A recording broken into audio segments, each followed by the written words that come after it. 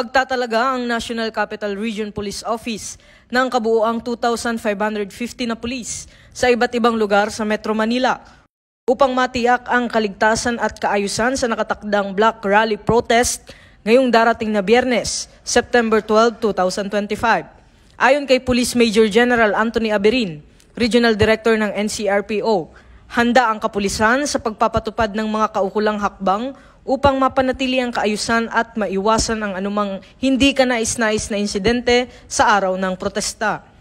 Kasama sa deployment ang mga tauhan ng Civil Disturbance Management Units, Traffic Enforcement Units, at mga espesyal na unit gaya ng Explosive Ordnance Disposal at K9 teams na magsisilbing suporta para sa seguridad.